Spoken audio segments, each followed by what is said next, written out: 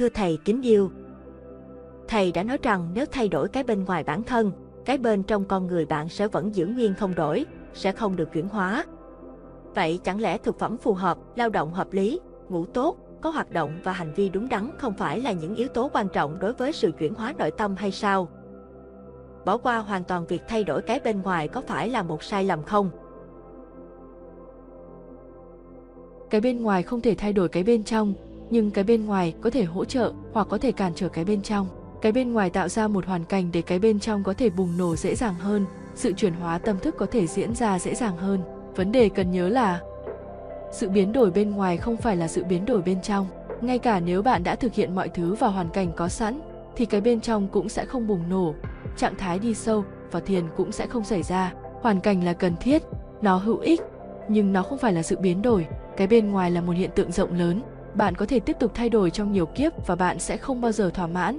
Và vẫn còn cái này hay cái khác cần thay đổi. Bởi vì nếu cái bên trong không thay đổi, sự nhận biết thực tại bây giờ và ở đây, sự chấp nhận thực tại của bạn vẫn không mạnh mẽ, không liên tục, bạn cứ phải cần một cái gì đó hỗ trợ thì cái bên ngoài sẽ không bao giờ hoàn hảo. Bạn có thể liên tục thay đổi và đánh bóng và điều chỉnh nó. Bạn sẽ không bao giờ cảm thấy thỏa mãn. Bạn sẽ không bao giờ tới được một trạng thái mà bạn có thể cảm thấy bây giờ, cánh đồng đã sẵn sàng. Rất nhiều người đã lãng phí nhiều kiếp sống của họ. Nếu tâm trí bạn trở nên bị ám ảnh với cái bên ngoài, với thực phẩm, với trang phục, với hành vi, tôi không nói hãy bỏ mặc chúng, không. Điều tôi muốn nói là đừng bị ám ảnh với chúng. Chúng có thể giúp ích, nhưng chúng có thể trở thành những trở ngại rất lớn nếu tâm trí bạn bị ám ảnh. Thế rồi điều đó trở thành một sự né tránh. Bạn chỉ đang trì hoãn sự thay đổi bên trong. Bạn vẫn không chấp nhận hiện tại. Bạn vẫn chưa bằng lòng với những gì đang có trong hiện tại. Và bạn có thể vẫn liên tục thay đổi cái bên ngoài. Thậm chí cái bên trong không được chạm đến, cái bên trong vẫn giữ nguyên như cũ. Bạn có thể đã nghe một truyền thuyết cổ Ấn Độ. Trong Ban Tantra kể rằng có một con chuột rất sợ một con mèo. Nó liên tục sống trong sợ hãi, lo lắng. Nó không thể ngủ, nó đã mơ về con mèo và nó run rẩy. Một nhà ma thuật vì thương hại nên đã biến con chuột này thành một con mèo. Cái bên ngoài đã thay đổi, nhưng ngay lập tức con chuột đó bây giờ, trong hình hài con mèo thì lại sợ con chó. Nỗi lo lắng vẫn như thế. Chỉ có đối tượng đã thay đổi. Trước đây nỗi sợ là con mèo, bây giờ là con chó. Sự run rẩy vẫn tiếp tục, nỗi khốn khổ vẫn còn nguyên, nỗi sợ vẫn ám ảnh ngay cả trong những giấc mơ. Thế nên nhà ma thuật đã biến con mèo đó thành một con chó. Ngay lập tức con chó trở nên sợ con hổ, bởi vì con chuột bên trong vẫn còn đó. Con chuột đã không thay đổi, chỉ có những hình tướng. Cái bên ngoài đã thay đổi, vẫn còn nguyên nỗi lo lắng đó, nỗi sợ đó. Nhà ma thuật biến con chó này thành một con hổ. Ngay lập tức con chuột bên trong con hổ trở nên sợ người thợ săn. Vì thế nhà ma thuật nói với con chuột, bây giờ hãy trở lại làm một con chuột. Bởi vì ta có thể thay đổi hình dạng của Mi, nhưng ta không thể biến đổi Mi. Mi có tâm hồn của một con chuột, nên ta có thể làm gì được đây? Tâm hồn của một con chuột. Bạn có thể liên tục thay đổi cái bên ngoài, nhưng tâm hồn con chuột vẫn giữ nguyên. Và tâm hồn đó gây ra nhiều vấn đề. Hình dạng sẽ thay đổi, tướng mạo sẽ thay đổi, nhưng cái cốt lõi sẽ vẫn giữ nguyên. Và điều đó không tạo ra khác biệt.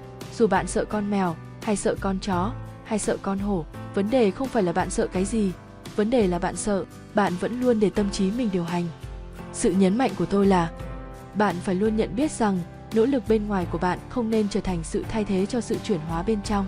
Đấy là một chuyện. Hãy tận dụng mọi sự trợ giúp có thể. Dùng thực phẩm phù hợp là điều tốt, nhưng bị ám ảnh với thực phẩm lại là điều vô nghĩa. Có hành vi đúng đắn là điều tốt, nhưng trở nên ám ảnh với nó vẫn là điều vô nghĩa. Ở Ấn Độ có nhiều môn phái Sannyasin, họ bị ám ảnh với thực phẩm. Cả ngày họ chỉ nghĩ về đồ ăn gì và không ăn gì, ai nên chuẩn bị nấu nướng và ai không nên. Có một lần tôi đã du hành cùng một Sannyasin. Anh ta chỉ uống sữa, và chỉ là sữa bò, và chỉ từ những con bò trắng. Nếu không anh ta sẽ đi mà không ăn. Người này thật điên khùng. Nên nhớ điều này, cái bên trong là quan trọng, ý nghĩa, cái bên ngoài trợ giúp, nó tốt, nhưng bạn không được tập trung vào nó. Nó không được trở nên quá quan trọng đến mức cái bên trong bị lãng quên. Cái bên trong phải giữ nguyên là bên trong và là trung tâm. Và nếu có thể, cái bên ngoài nên được thay đổi chỉ như một sự trợ giúp. Đừng bỏ qua cái bên ngoài hoàn toàn, không cần phải bỏ qua nó, bởi vì thực ra cái bên ngoài cũng là một phần của cái bên trong.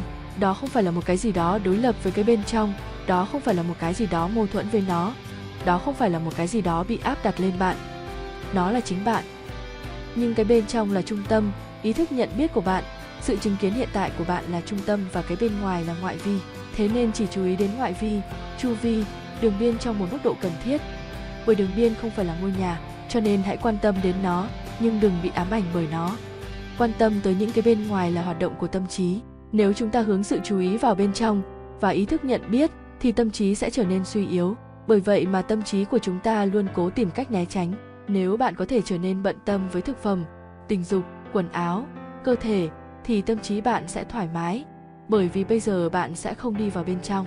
Bây giờ không cần phải thay đổi tâm trí. Với sự thay đổi thực phẩm, vẫn tâm trí đó có thể tồn tại. Bạn có thể ăn cái này hay cái kia, vẫn tâm trí đó tồn tại. Chỉ khi bạn đi vào trong, bạn càng đi vào trong thì tâm trí mà bạn đang có càng phải chấm dứt, càng phải yên lặng. Con đường đi vào bên trong là con đường đi vào sự tĩnh lặng để nhận biết hiện tại. Vậy nên đừng quá quan tâm đến cái bên ngoài. Hãy nhận ra bất cứ điều gì là tính cách bên ngoài của bạn. Hãy nhận biết nó, hãy cảnh giác và luôn đi từ ngoại vi vào tận gốc để tìm ra nguyên nhân là gì. Dù có xáo trộn thế nào cũng đi vào tận gốc rễ. Khi bạn biết gốc rễ, khi gốc rễ bị phơi ra, nên nhớ luật này, gốc rễ chỉ có thể tồn tại trong bóng tối, không chỉ gốc rễ của cây, mà gốc rễ của bất cứ thứ gì, của bất cứ vấn đề gì. Chúng chỉ có thể tồn tại trong bóng tối, khi chúng bị mang ra ánh sáng, chúng chết. Thế nên, hãy hoạt động cùng với ngoại vi của bạn. Đào sâu vào nó cho tới tận gốc rễ và mang gốc rễ ra trước ý thức, ra ánh sáng. Hãy mang tâm trí của bạn ra ánh sáng, nhận ra tâm trí bạn đang trong hình dạng nào đó. Nó luôn ở trong một hình dạng nào đó, được ngụy dưới dạng mà bạn gọi là cái bên ngoài. Khi bạn đã tới tận gốc rễ, nó đơn giản biến mất. Bạn nhận ra tâm trí sẽ biến mất. Bạn không phải làm bất cứ điều gì về nó. Bạn phải làm điều gì đó chỉ bởi vì bạn không biết đâu là vấn đề. Khi vấn đề được hiểu ra, khi bạn nhận ra hình dạng tâm trí của bạn thì nó sẽ biến mất. Đó là điều đầu tiên. Hiểu đúng vấn đề, hiểu ra gốc rễ của vấn đề thì vấn đề sẽ biến mất. Điều thứ hai cần được hiểu. Bất cứ điều gì bạn làm thì đều là bên ngoài. Đó không phải là toàn bộ con người bạn, cho nên đừng phán xét một người qua những hành động của người đó, bởi vì hành động là rất nhất thời. Bạn nhìn thấy một người đang giận dữ và bạn có thể phán xét rằng người này ngập trong tâm trạng căm ghét, bạo lực, thù hận. Nhưng thời điểm sau, sự giận dữ biến mất, người đó lại trở nên tràn đầy tình yêu thương và một hương thơm khác, một sự nở hoa khác xuất hiện trên gương mặt người đó. Cơn giận đó chỉ là nhất thời, đừng phán xét toàn bộ con người, nhưng tình yêu này cũng là nhất thời, đừng phán xét toàn bộ con người bởi tình yêu này. Dù bạn đã làm gì thì cũng không phải là tổng thể con người bạn, những hành động của bạn vẫn giữ nguyên là nhất thời, là một phần của bạn, và bất cứ điều gì bạn biết về bạn thông qua hành vi của bạn, những hành động của bạn, những việc làm của bạn đều có khả năng trở thành ngược lại. Đó là ý nghĩa của sự nhất thời, của những cái bên ngoài. Có thể bạn đã là một vị thánh, bạn có thể trở thành một tội đồ ngay lúc này. Không ai có thể tưởng tượng rằng bạn, một vị thánh, lại có thể làm điều này. Bạn có thể làm điều đó không phải là không thể hình dung. Bạn có thể đã là một tội đồ cho đến thời điểm này, và thời điểm sau bạn có thể nhảy ra khỏi nó. Điều tôi đang nói là, cái bên trong của bạn quá bao la và quá kỳ diệu đến mức nó không thể bị phán xét bởi cái bên ngoài của bạn. Cái bên ngoài của bạn vẫn giữ nguyên hời hợt, là ngẫu nhiên, là nhất thời. Tôi sẽ lặp lại điều đó. Cái bên ngoài của bạn vẫn giữ nguyên là ngẫu nhiên, cái bên trong của bạn là cốt lõi. Thế nên, hãy nhớ khám phá cái bên trong, đi sâu vào ý thức trong hiện tại và đừng dính mắc vào cái bên ngoài. Một điều nữa, cái bên ngoài luôn luôn là của quá khứ, nó luôn luôn như đã chết, bởi vì bất cứ điều gì bạn đã làm thì bạn đã làm rồi. Nó luôn luôn là của quá khứ, nó không bao giờ sống động. Cái bên trong luôn luôn sống động, nó ở đây và bây giờ, và cái bên ngoài luôn luôn như chết. Nếu bạn biết tôi, bất cứ điều gì tôi đã làm và đã nói, bạn chỉ biết quá khứ của tôi, bạn không biết chính tôi. Tôi ở đây, người đang sống, đó là cái bên trong của tôi, và dù bạn có biết gì về tôi cũng chỉ là cái bên ngoài. Nó đã qua rồi, nó không còn đó nữa. Bạn hãy tỉnh táo quan sát điều đó. Dù bạn đã làm gì thì điều đó cũng không phải là một sự ràng buộc lên bạn. Thực ra nó không còn nữa. Nó chỉ là một ký ức và bạn lớn lao hơn nó. Bạn có những khả năng vô hạn, chỉ ngẫu nhiên mà bạn là một tội đồ hay là một vị thánh. Nhưng bản thể cốt lõi nhất của bạn lại không phải là ngẫu nhiên, nó là cốt lõi. Sự nhấn mạnh về cái bên trong là sự nhấn mạnh về cái cốt lõi này. Chính là ý thức của bạn trong hiện tại, là sự chứng kiến của bạn. Bạn không đồng nhất cái cốt lõi này với bất cứ thứ gì cả. Và cái bên trong đó vẫn tự do, nó là sự tự do. Sự chứng kiến này là tự do, nó xảy ra trong hiện tại và không cần bất cứ một sự kiện nào trong quá khứ. Không gì có thể che lấp sự chứng kiến bên trong bạn. Cái bên ngoài là sự lệ thuộc, bởi vì bạn có thể biết cái bên ngoài chỉ khi nó đã xảy ra. Bạn không thể làm bất cứ điều gì về nó. Bạn có thể làm gì về quá khứ của mình? Nó không thể được làm lại, bạn không thể đi ngược lại, bạn không thể làm bất cứ điều gì với quá khứ. Nó là sự lệ thuộc. Nếu bạn hiểu điều đó một cách đúng đắn, thì bạn có thể hiểu thuyết về nghiệp, thuyết về hành vi. Thuyết này, một trong những phần cốt lõi nhất của nhận thức Hindu là trừ khi bạn vượt lên nghiệp, bạn không tự do. Nếu bạn không vượt lên mọi hành động, bạn sẽ vẫn bị ràng buộc. Đừng chú ý quá nhiều đến cái bên ngoài, đừng bị ám ảnh bởi nó. Hãy sử dụng nó như là một sự trợ giúp, nhưng liên tục nhớ rằng cái bên trong phải được khám phá. Cho nên bạn ăn gì, mặc gì, làm gì không phải là mục tiêu, bạn là gì mới là mục tiêu.